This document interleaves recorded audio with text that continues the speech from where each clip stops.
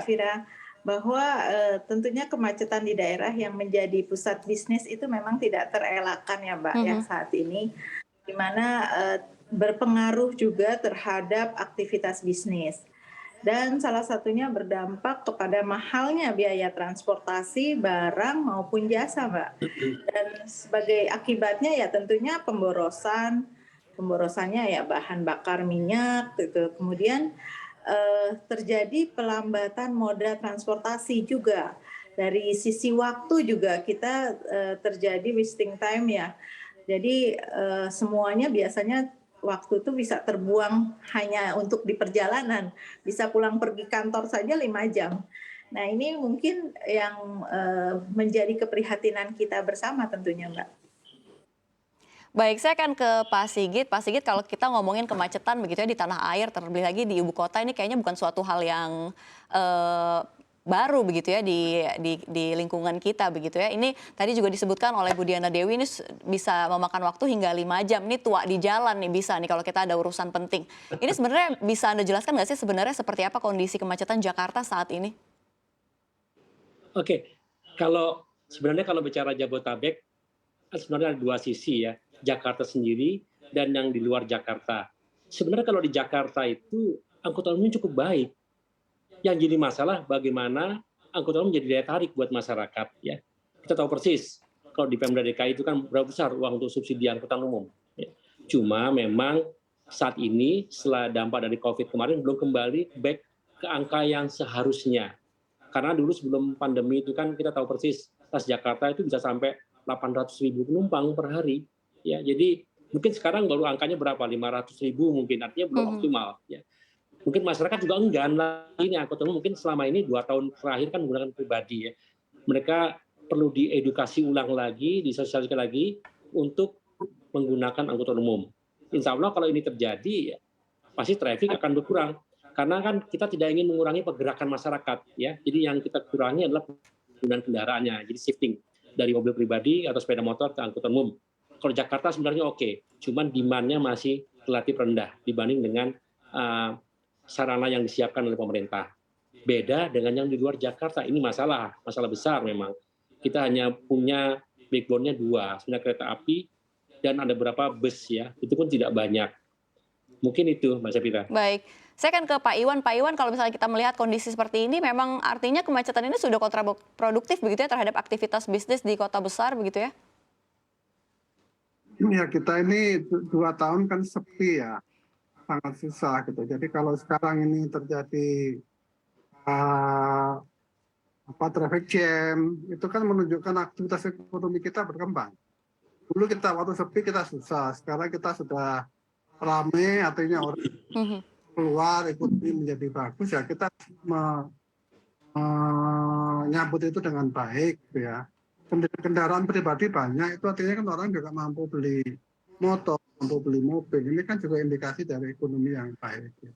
Jadi kalau ada itu jangan kemudian orang dilarang-larang lagi untuk keluar. Tuh. Yang penting sekarang kalau ekonomi membaik, kalau kemudian ada kemacetan itu artinya kan ada masalah di sisi lain. Sisi lain itu masalah ketersediaan transportasi. Jumlah kendaraan banyak, tetapi di jalan panjang jalan terbatas. Jalannya yang memang harus diperpanjang. Jadi kemudian juga macet bukan semata-mata karena jalan, tapi di Jakarta ini kan banyak juga yang sedang membangun gorong-gorong, gali listrik, macam-macam. Itu juga kan kemacetan. Padahal membangun itu juga indikasi dari ekonomi yang membaik ya.